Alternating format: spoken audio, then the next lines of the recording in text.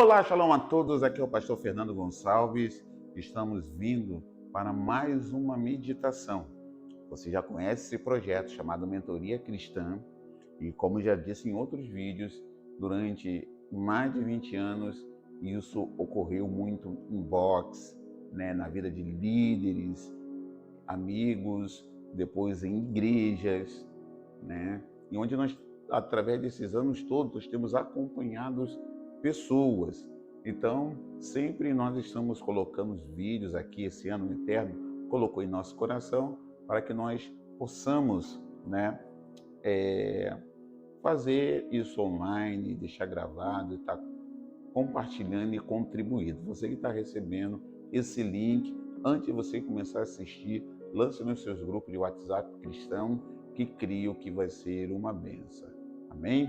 Vamos lá? Hoje nós vamos falar sobre a Anavá, nós vamos falar sobre a humildade, que é algo que precisa voltar a ser relevante em nosso meio. Tá? Anavá é uma das palavras em hebraico para humildade, E a gente sabe que a humildade, ela é o oposto do orgulho, tá? E a humildade, ele é um ótimo contra-ataque para um principado chamado Leviatã, que movimenta orgulho, soberba, puxa-saquismo dentro da igreja, desviando até as pessoas da verdade. Então, a Anavá, a humildade é o melhor contra-ataque contra isso, porque, novamente, a humildade é o oposto do orgulho. E, na verdade, a humildade ela deve ser alcançada por todos nós, não é isso?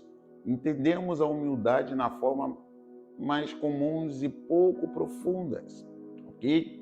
Mas nessa conversa, nessa meditação, nós vamos tentar entender e aprofundar um pouco mais.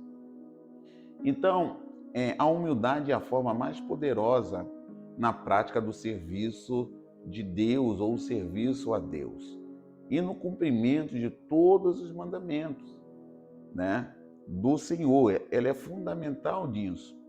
Pois, na verdade, o indivíduo, para ser considerado humilde, ele necessita de submissão, pois é a submissão que faz desenvolver a humildade. Você pode até anotar isso daí. A submissão é que faz desenvolver a humildade. Então, quando nós somos submissos a Deus e ao seu serviço, o culto é um serviço a Deus, tá? O culto nós prestamos adoração, prestamos o nosso respeito, Em comunidade nós adoramos a Deus, reforçamos os laços em comunidade. Então, por isso que o culto também é o significado, E é considerado um serviço, ok? Tranquilo até aí? Então, quando nós somos submissos a Deus e ao seu serviço, aos homens, por exemplo, patrões, chefes, as lideranças eclesiásticas, no convívio com nossos pais e mães, se você é um jovem, E por mais que você seja casado, lembre-se, o primeiro mandamento com promessa tem a ver com honrar pai e mãe, lembre-se disso. A humildade, a submissão, o respeito aos professores, aos mais velhos. Então, na verdade, estamos demonstrando através da submissão que temos um olhar sem altivez e sem orgulho. E estamos nos colocando em uma posição de anulação do nosso ego, você consegue compreender isso? Preferindo aquilo que não é a nossa vontade. Por exemplo, quando você é um obreiro, A gente está falando para líderes aqui, você é um obreiro, você está numa escala, Você pode ter passado um dia terrível, um dia atribulado, etc. e tal, e a sua vontade é ficar em casa ou é largar tudo. Existem N situações, que você vai viver, passar, ok? Mas você deve se lembrar que quando a gente está servindo, a gente coloca numa posição de anulação do nosso ego e preferindo aquilo que muitas das vezes não é a nossa vontade. Quantos pastores, quantos líderes Às vezes está naquele domingo ultra cansado, 3 cultos, 4 cultos, ou 2 cultos, que é o normal de manhã e de tarde, mas foi uma semana avassaladora, né? Por mais que ele não vai ministrar, por mais que ele não vai pregar, ele precisa estar presente, né? Não é porque ele desconfia, é porque o ambiente vai curá-lo. Mas o ego dele, a carne dele, já aconteceu comigo, a vontade é ficar em casa. Mas quando nós se dedicamos ao serviço ao Senhor, nós superamos tudo isso. Nós superamos tudo isso e viemos para a casa do Senhor e ali nós louvamos, ali nós adoramos e dali nós saímos renovados e curados. Por quê? Você já reparou que no emprego, por mais que você não queira ir, você não tem que levantar para ir, porque você tem um propósito de trabalhar e no final de tantos dias de trabalho você receber e você dá tudo, ok? Tranquilo. Mas às vezes quando é em relação à casa do Senhor, a gente quer dar naquela negociada.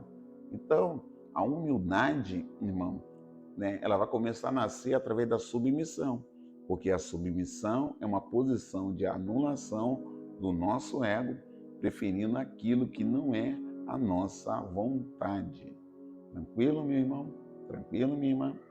Então, aquele que carrega a anavá, ou seja, aquele que carrega a humildade, ele sempre estará rodeado de modéstia. Sua vontade não é os méritos, ainda que os méritos existem, tá? Ainda que exista o mérito, a sua vontade não é o mérito, tá? Por quê? Nós não corremos atrás de bênçãos por causa de meritocracia. Tudo é bênção e a vontade do Senhor, mas o mérito existe, tá? O mérito não é errado. O eterno nosso Deus não falou, viste o meu servo Jó? Íntegro, etc. Então Jó tinha méritos e o eterno falou. Então, aquele que carrega a humildade sempre estará rodeado de modéstia.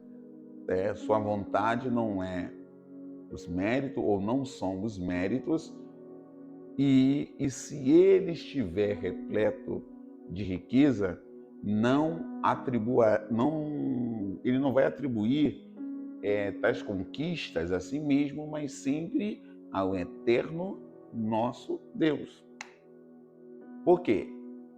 Porque quem carrega a navalha, ele entende que se ele não tivesse fôlego ou sopro divino, nada seria possível. Está escrito em Jó. Jó capítulo 1, versículo 21. É uma passagem amplamente conhecida que Jó fala, né? Eu disse, no saí no ventre da minha mãe, no tornarei para lá, pois o Senhor deu e o Senhor tomou, bendito seja o nome do Senhor. Em tudo isso, Jó não pecou e nem atribuiu a Deus falta alguma. Então, aquele que carrega na vara, tudo que ele tem de bom, tudo que ele carrega, tudo que ele passa, seja bom ou ruim, né? Ele entende que tudo é Deus, tudo é a vontade de Deus, né? Por isso que ele não acredita nas suas próprias mãos. Ele acredita que Deus deu o fôlego de vida e através disso deu fôlego de vida, Deus deu inteligência, deu carteira de cliente, Deus fez todas as coisas e aí ele prosperou. E eu gosto de ouvir muito uma canção hebraica, né? O nome dela é Modé-Ani, M-O-D-E-A-N-I, né? Que ela fala muito dessa gratidão, né? Ela é sempre ouvida como uma oração na parte da manhã, fala muito da gratidão, de reconhecer o eterno nosso Deus como provedor, tá? É muito bom isso, ok? E vamos falar agora de sermos ou sendo nós abençoados, né, meus irmãos? Então, é muito importante aquele que é abençoado por Deus não se esqueça dele, ok? É muito importante que aquele que é abençoado por Deus não se esqueça dele. Deuteronômio, capítulo 8, versículo 10 e 11 vai te dizer assim: quando, pois, tiver comido e fores fartos, louvarás o Senhor teu Deus pela boa terra que te deu. Guarda-te de não esquecer, ou guarda-te de não te esqueças, do Senhor teu Deus, deixando de guardar os seus mandamentos, os seus juízos, os seus estatutos que hoje te ordeno. Então, irmão, o humilde, ele sempre se livrará de Deus. Ele sempre vai lembrar de onde Deus o arrancou. Você se lembra de onde Deus te arrancou? Homem de Deus, mulher de Deus, né? E aonde Deus o colocou atualmente. Na verdade, irmão, nós seremos mais abençoados se mantermos essa postura. E isso vale para qualquer área da vida, de nós reconhecermos de onde Deus nos tirou, onde Deus nos colocou e para onde Deus está nos levando. E lembrando, e se Deus tem nos abençoado, se Deus tem nos abastado, entender que essa bênção não é só para mim e para minha descendência, mas para socorrer os órfãos, viúva e os necessitados. Quem são os necessitados? Muitas das vezes um colega de trabalho pode estar passando uma luta, uma prova financeira, Deus te abençoou, Deus te prosperou e você tem até condição de ajudar a fazer uma brahá, né? Uma brahá, uma bênção sobre a vida de alguém, sem esperar retorno, sem esperar que essa pessoa lhe pague depois. Você não está fazendo um empréstimo, você está fazendo uma brahá. Você está abençoando esses irmãos. Por quê? Você está reconhecendo que quem te abençoou foi Deus. Tudo que você tem foi Deus que te deu. E agora você não é uma, né? Você não é uma represa, você é um rio. E agora você vai derramar sobre outras pessoas. Muitas das vezes você tem que entender o porquê que Deus permite que à sua volta tenha pessoas necessitadas. É para que você seja as mãos de Deus para abençoar a vida dessa pessoa. Amém? Glória a Deus. Por quê? Às vezes as pessoas, por alcançarem certos patamares, não conseguem aprender com mais ninguém. E pior, se acham que já viveram muita coisa, né? Ele acha que ele é o top, ele acha que ele sabe de tudo, ele acha que só ele pode ter a última palavra, né? Eu vou reiterar o que eu falei no outro vídeo. Liderança não tem a ver em você dominar a conversa. A liderança ela tem a ver de você conduzir pessoas. Pode estar havendo um grande debate e outras pessoas estão ali dominando até uma conversa numa mesa, mas aí entra a questão da naval, humildade. Na hora certa, você sabe que Deus vai te dar a palavra correta e você vai conduzir a pessoa para o melhor. Irmão, eu não tenho essa pira de ficar dominando conversa, não. Vocês que me conhecem, eu não sou menos líder que alguém, né? Muitas das vezes o dominar a conversa até demonstra uma fragilidade, né? Até Salomão fala em Provérbios, né? Dependendo da tradução, ele diz assim que no muito falar a contenda. Então, fique tranquilo. E não entra nesse lugar de que você sabe tudo, conhece tudo, né? E nunca se sinta, perdão pelo erro de português, nunca se sinta ofendido por ter que abaixar a cabeça para aprender. A vida é um eterno aprendizado. Tenho 48 anos, né? Estou no ministério desde 2000, então estará fazendo esse ano 24 anos e até hoje eu estou aprendendo. Então esse texto acima de Deuteronômio, ele tem muito a nos ensinar, pois mesmo após serem alertados do que poderia acontecer a eles, o povo de Israel ele vai causar um desapontamento a Deus, pois eles esquecem de Deus em vários momentos e eles se voltam para o que era mal aos olhos do Senhor. Entendeu? Juízes 3:12, eu anotei aqui, você pode ler na sua Bíblia, diz assim, ó: porém os filhos de Israel tornaram a fazer o que era mal aos olhos do Senhor. Se tornaram, então faziam outras vezes. Então o Senhor fortaleceu a Eglon, o rei dos Moabitas, contra Israel, porquanto eles fizeram o que era mal diante ou aos olhos do Senhor. Irmão, não podemos agir como Israel nesse contexto, que no passado, por pura falta de humildade, ou melhor, sem reconhecimento de quem os havia ajudado, de quem o havia tirado do Egito. Eles eram escravos e Deus os conduziu para uma terra que mana leite e mel. Em Miqueias 6:8 nós podemos ler o seguinte: e ele te declarou, homem, o que é bom e que é o que o Senhor pede de ti, senão que pratique a justiça, a amabilidade e ande humildemente com o teu Deus. Outro texto, irmão, bastante conhecido, né, e explorado, pouco explorado, por exemplo, é 1 Pedro 5,5, que diz, ó, semelhantemente, vós jovens, sede sujeitos aos anciões, sede todos sujeitos mutuamente, revesti-vos de humildade, porque Deus resiste ao soberbo, mas dá graça aos humildes. Humilhai-vos, pois, debaixo da potente mão de Deus, para que o seu tempo ele vos exalte. Então você vê que para acontecer essa última parte, que é humilhai-vos, pois, debaixo da potente mão de Deus, nós precisamos ser sujeitos aos anciões, ser sujeito aos mais velhos. Aqui Pedro está falando para a galera ser mais sujeita aos anciões, aos mais velhos. Então Pedro estava ali mostrando para a galera mais nova que eles precisavam ser sujeitos aos anciões. E dentro de uma questão judaica, né, Pedro era judeu, por mais que a igreja já estava crescendo, havia bastante gentio, havia bastante judeu. Pedro era um apóstolo. Apóstolo é uma palavra, tem no hebraico, né, grego, latim, vai ter outra conotação. Em hebraico, apóstolo vai ser shalia. Shalia é como se fosse embaixadores, não como um simples missionário. Eu vou ali fazer uma missão, vou ali conquistar, vou ali falar. Não. O embaixador tem a ver com o governo. Então, os xalias, eles levavam o quê? A cultura, a religião, a moeda monetária, né? É até uma redundância falar moeda monetária, eu poderia falar só moeda, e até o estilo de viver. Então, Pedro, quando ele manda essa carta, por quê? Era normal as questões dos mais jovens sentarem numa mesa, um ancião sentar também nessa mesa e ensinar. A maneira de discipular judaica é essa. Então Pedro estava fazendo isso.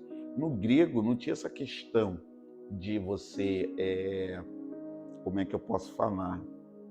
De você sentar em volta. Geralmente, os pensadores gregos, eles andavam à frente e os seus discípulos, eles vinham atrás carregando, né, as folhas, os que já tinham escritos, e eles vinham entre dois na frente filosofando um com o outro, e os seus alunos vinham atrás. Então Pedro está usando a sua cultura. Semelhantemente, vós jovens, sede sujeitos aos anciões, se assente para ouvi-los. Então, irmão, se queremos de fato sermos abençoados, precisamos ouvir o que Pedro tem para nós. Esse apóstolo foi um homem que, como muitos na Bíblia, deixou o orgulho de lado. E Pedro parece nos dar o segredo em sua carta, pois todo o texto ele recorre à palavra sujeição, submissão, ou melhor dizendo, para sermos humildes, irmãos, uns para com os outros e principalmente com Deus, pois Deus ele resiste ao soberbo, mas dá graça aos humildes. E aí uma pergunta, né? O que é graça? Graça